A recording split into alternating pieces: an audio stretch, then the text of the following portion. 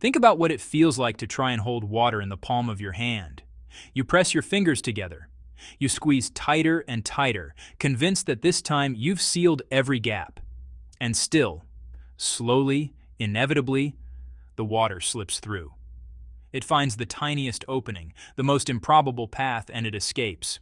It always does.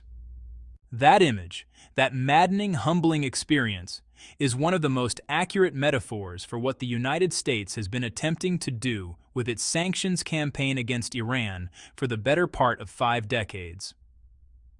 Washington has constructed walls of extraordinary ambition.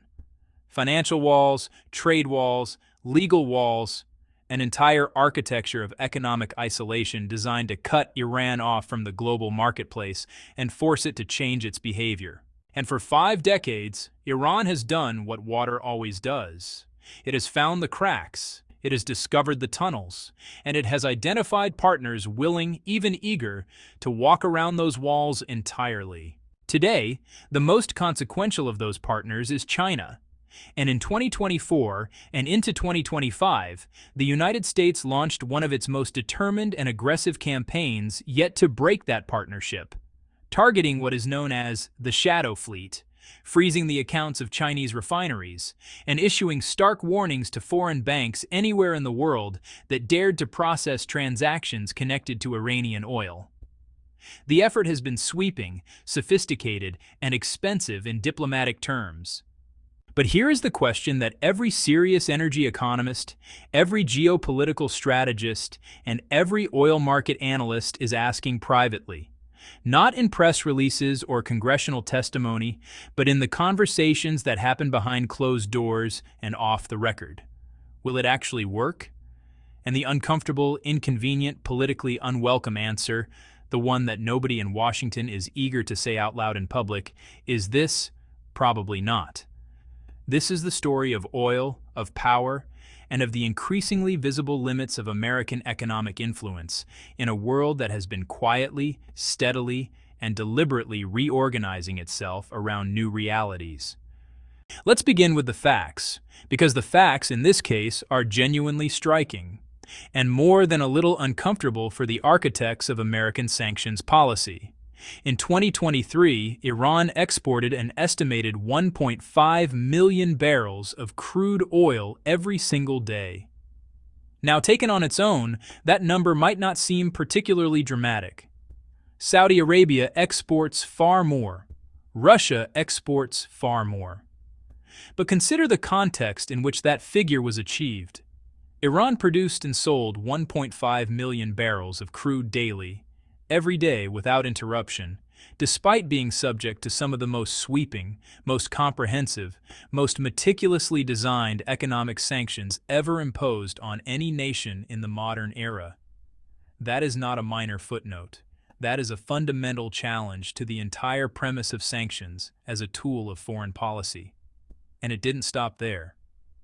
By early 2024, analysts at leading energy research firms including Caterpillar and Vortexa, organizations that track global oil flows using satellite data, tanker signals, and port intelligence, were estimating that Iran's daily export volumes had climbed even higher.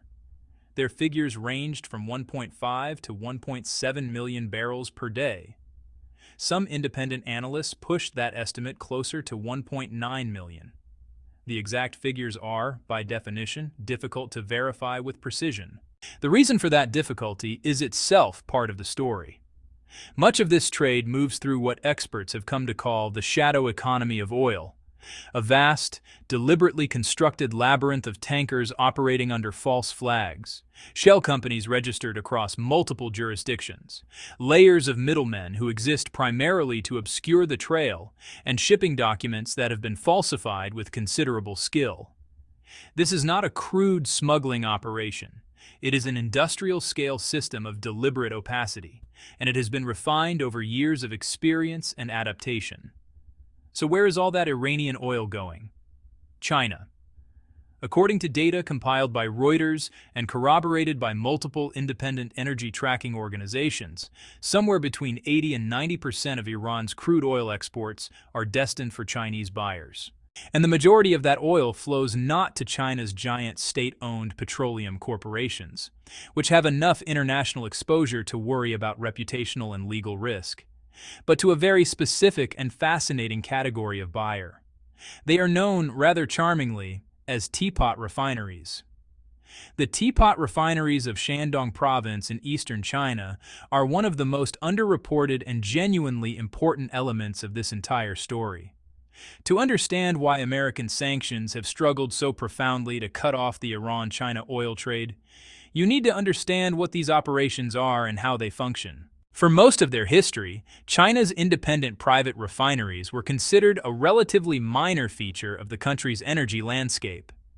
They were small, somewhat chaotic, operationally unsophisticated facilities that processed lower-grade domestic crude and filled whatever market gaps the big state-owned firms didn't consider worth their attention.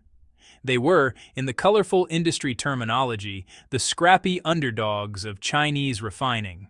Then, in 2015, the Chinese government made a decision that would transform the energy landscape of an entire region and, indirectly, the effectiveness of American sanctions policy.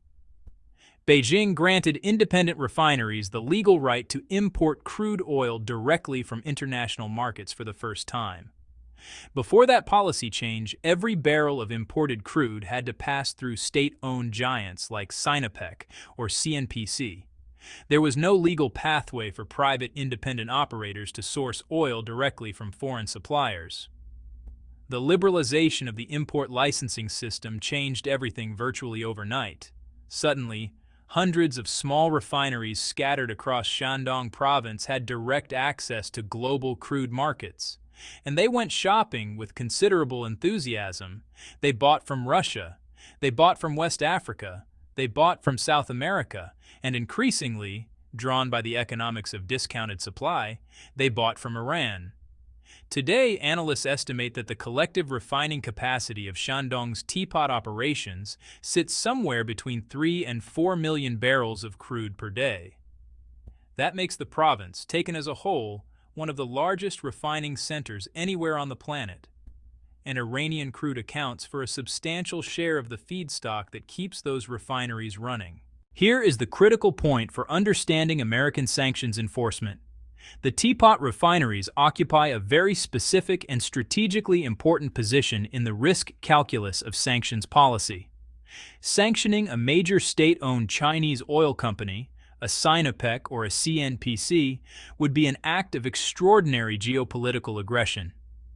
It would be, in the plain language of international relations, something very close to an economic declaration of war against the world's second-largest economy. Washington has been acutely, carefully aware of that line and has consistently chosen not to cross it. The diplomatic and financial consequences of doing so would be severe and far-reaching. The teapot refineries, by contrast, are smaller, less visible, and less politically sensitive targets. The United States has gone after several of them, freezing accounts, issuing formal sanctions designations. But the fundamental structural problem is one that no amount of individual designations can resolve. There are hundreds of these operations. When one gets sanctioned, the others simply absorb its market share. New entities emerge to take the place of the designated ones. The system is designed not around any single choke point, but around distributed resilience, and that design makes it extraordinarily difficult to disrupt through targeted enforcement actions. There is no single valve that, if closed, stops the flow. The water, as always, finds another path. The vessels that carry Iranian oil across the Indian Ocean and into Chinese ports are not random ships pressed into service by opportunistic smugglers. They represent a sophisticated, professionally managed industry. One built specifically around the challenge of evading detection and circumventing legal restrictions. The mechanics of the Shadow Fleet are worth understanding in some detail because they reveal just how structurally difficult enforcement actually is. A typical Iranian oil shipment in the shadow economy moves something like this. Iranian crude is loaded onto a designated tanker, one that may be flagged under the name of a country that has nothing to do with the actual ownership of the vessel. The ship then makes its way to a rendezvous point somewhere in international waters, where the cargo is physically transferred to a second vessel, one that is not yet on any sanctions blacklist. This ship-to-ship transfer takes place out of sight of most commercial satellite tracking systems, often with transponders switched off. By the time the oil arrives at its destination port, the paper trail connecting it to Iran has been deliberately severed. In many cases, the crude is relabeled along the way. Investigative journalists and sanctions monitoring organizations have documented extensively how Iranian oil frequently reemerges in the paperwork as cargo originating from Malaysia, Oman, or other regional producers, jurisdictions that have been used as transit and documentation points for what is sometimes called crude washing. The oil that began its journey in Iranian territory arrives at a Chinese refinery documented as Malaysian or Omani, with all the corresponding paperwork in order. When the United States blacklists a vessel involved in this network, the response is swift and practical. The vessel may be renamed, its ownership may be transferred to a new shell company registered in a different jurisdiction. The crew may be replaced through third-country intermediaries. A new set of legal identities is assembled around the same basic operation, and the trade continues. Nico, a senior researcher at a European energy security think tank who has spent years building expertise specifically on the shadow fleet, described the dynamic in clear terms during a recent interview. Every escalation in enforcement produces a period of adjustment, he explained. Volumes might dip, prices shift slightly. The system absorbs the disruption, and then, after a few weeks or a couple of months, it recalibrates. New entities emerge, new tankers get reclassified. The trade finds its level again. It is not a fragile system. It has been engineered for resilience. In the period from late 2023 through 2024, both the Biden administration and subsequently the Trump administration escalated their Iran sanctions enforcement to levels not seen in years. It is worth walking through exactly what was deployed, because the scope of the effort makes the limitations of its results all the more instructive. First, the United States dramatically expanded its designation of shadow fleet vessels, blacklisting tankers that were identified as carrying Iranian crude under false flags, with forged documentation, or through ship-to-ship transfers designed to obscure the cargo's origin. Dozens of vessels were added to the restricted list. Their operators were sanctioned. Their insurance networks were targeted. Second, Washington went after the financial architecture that makes the trade possible. Specific Chinese banks and financial institutions suspected of processing payments for Iranian oil purchases were placed under threat of secondary sanctions, meaning that if they continued facilitating these transactions, they risked being cut off from access to the U.S. dollar clearing system.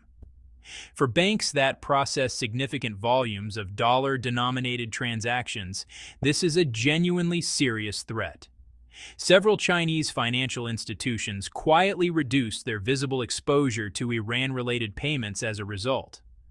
Third, the U.S. Treasury Department sanctioned Chinese companies directly involved in the trade, including some operating out of Hong Kong and Singapore, jurisdictions that have historically served as documentation and payment hubs for Iranian oil commerce. And fourth, the administration applied quiet but firm diplomatic pressure on countries including the UAE, Turkey, and Oman, nations that have functioned as logistical waypoints and transit hubs for Iranian oil shipments moving toward their ultimate buyers. On paper, this is a layered, multi-dimensional enforcement strategy, and the people who designed and implemented it are not naive about the system they are confronting. They understand its complexity. They have access to sophisticated intelligence about how it operates. But the strategy has run into structural problems that no amount of tactical refinement can fully overcome. To understand why the American enforcement campaign is unlikely to achieve its fundamental objective, you need to understand the nature of China's interest in Iranian oil. And that interest operates on two separate levels, one economic, one geopolitical, both of which point in the same direction. Start with the economics. China is the world's single largest importer of crude oil. Its economy, despite the slowdown in growth rates that has characterized recent years, still requires colossal volumes of energy to function. In 2023, China imported a record average of more than 11 million barrels of crude oil every single day. That appetite is not going away. Iranian crude in this context represents something extremely valuable: discounted supply. Because of the risk premium that buyers demand for trading under sanctions conditions, Iranian oil typically sells at a discount of $10 to $15 per barrel below the international benchmark price.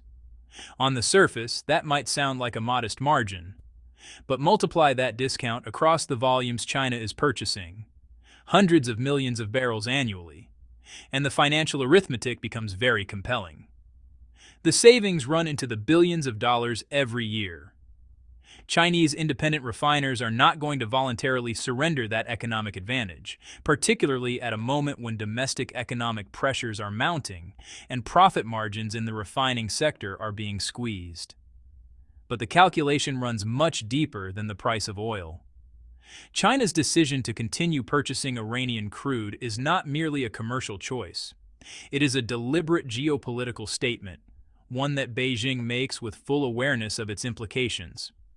China has made consistently clear, through both official diplomatic communication and through its actions in the market, that it does not recognize the legal legitimacy of unilateral American sanctions. In China's legal framework, which it enforces as a sovereign matter, U.S. sanctions have no binding authority over Chinese companies or Chinese trade.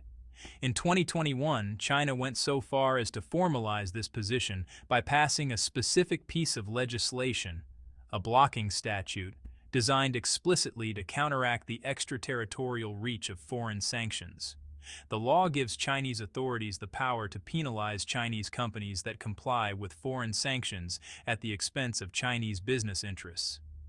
While enforcement of this legislation has been limited in practice, its symbolic and legal significance is clear.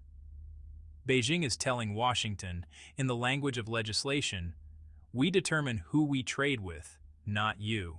There is a larger structural story beneath the immediate drama of sanctions enforcement, one that moves more slowly and gets less attention in the daily news cycle, but that may ultimately prove more consequential than any individual enforcement action. The entire architecture of American sanctions power rests on a single foundational pillar: the global dominance of the US dollar in international trade.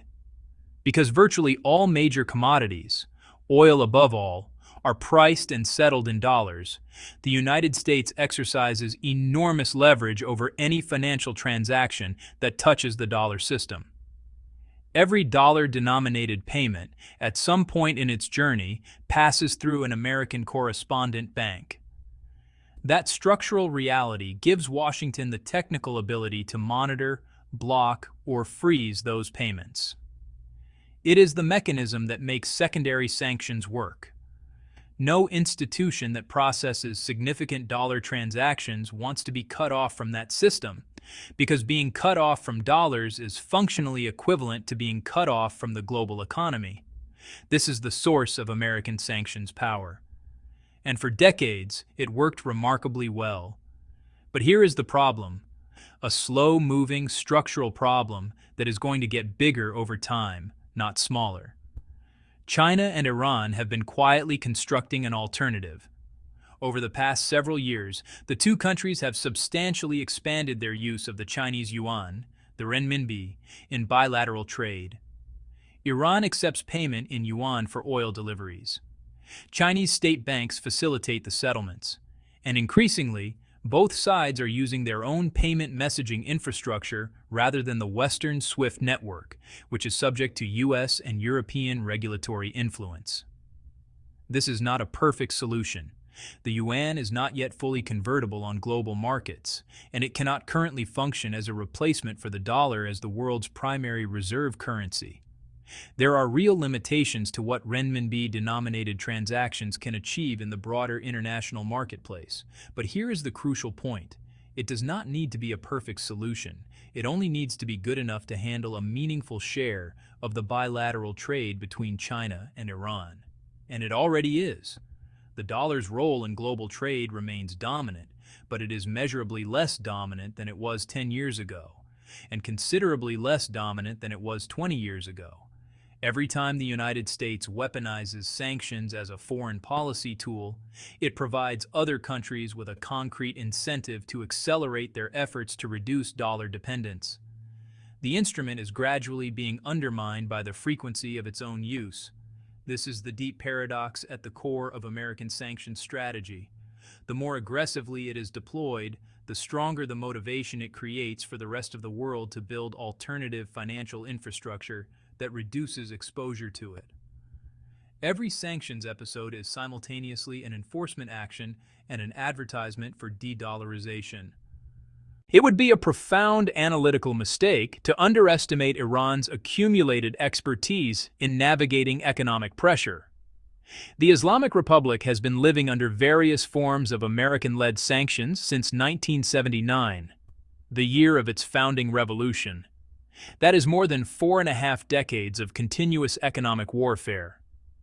Through the hostage crisis of the Carter years, through the devastating Iran-Iraq War of the 1980s, through the nuclear standoff of the 2000s and early 2010s, through the collapse of the 2015 nuclear agreement and the maximum pressure campaign that followed its destruction. No other country in the modern era has faced this kind of sustained, multi-generational economic pressure from the world's most powerful economy. And while the costs to the Iranian people have been enormous, and we will return to that human dimension, the Iranian state has not collapsed. It has endured. And in enduring, it has developed capabilities and systems that make it far more resistant to additional pressure than it was at the beginning. Iran's oil infrastructure today is, well, explicitly engineered for opacity. The country has developed a mature, sophisticated system of at-sea ship-to-ship transfers, where sanctioned tankers hand off their cargo to unsanctioned vessels in international waters before the oil gets anywhere near a destination port. By the time the crude arrives at a Chinese facility, the documentation connecting it to Iran has been, deliberately and professionally obscured. Iranian crude is regularly relabeled in transit. Malaysia and Oman have both appeared frequently in investigative reporting as locations where Iranian oil is effectively rebranded as local production before being exported onward. The paper trail gets laundered along with the oil. Iran has also worked steadily, if incompletely, to diversify its customer base. While China remains by far the dominant buyer, accounting for the overwhelming majority of exports, Iranian oil has found smaller, secondary buyers in Venezuela, Syria, and through intermediaries operating in parts of Southeast Asia. The system has redundancy built in, and perhaps most importantly, Iran has positioned itself so deeply within China's energy security equation that Beijing cannot easily disentangle itself from the relationship even if it wanted to, which, to be clear, it does not. The oil trade between China and Iran cannot be properly understood as a simple commercial transaction between a buyer and a seller. It is the most visible expression of a much deeper and more deliberately constructed strategic relationship. In March 2021, the two countries formalized that relationship with the signing of a 25-year Comprehensive Strategic Cooperation Agreement, sometimes referred to informally as the Iran-China Partnership. The scope of the agreement is broad trade, infrastructure investment, military cooperation, and energy security. At its center is a reported Chinese commitment to invest up to $400 billion in Iran over the life of the agreement, in exchange for preferential access to Iranian oil and natural gas. Analysts have debated those headline figures. Implementation has been slower and more uneven than the scale of the announcement implied. Specific projects have moved forward at varying speeds, and the total capital deployed has fallen short of what the announcement suggested. But the strategic direction is not in question. China and Iran are deliberately, consciously building a long-term bilateral relationship that is structured explicitly to reduce both countries' vulnerability to American economic and diplomatic pressure.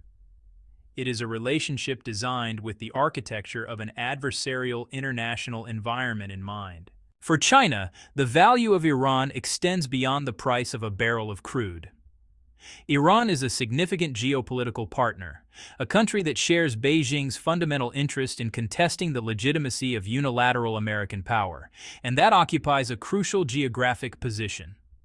Bordering Iraq, Afghanistan, and Pakistan, sitting astride the Caspian Sea, and providing access to the Persian Gulf. For China's Belt and Road Initiative and its sweeping vision of Eurasian trade connectivity, Iran is genuinely indispensable. It is not a peripheral relationship, it is a structural one. For Iran, China offers something even more irreplaceable than investment capital strategic protection. China's permanent seat and veto power on the United Nations Security Council has repeatedly shielded Iran from the most severe multilateral sanctions that Washington has attempted to construct. Without that Chinese shield, Iran's position in international institutions would be considerably more precarious than it is. Beijing provides diplomatic cover that no amount of Iranian diplomatic skill could replicate on its own.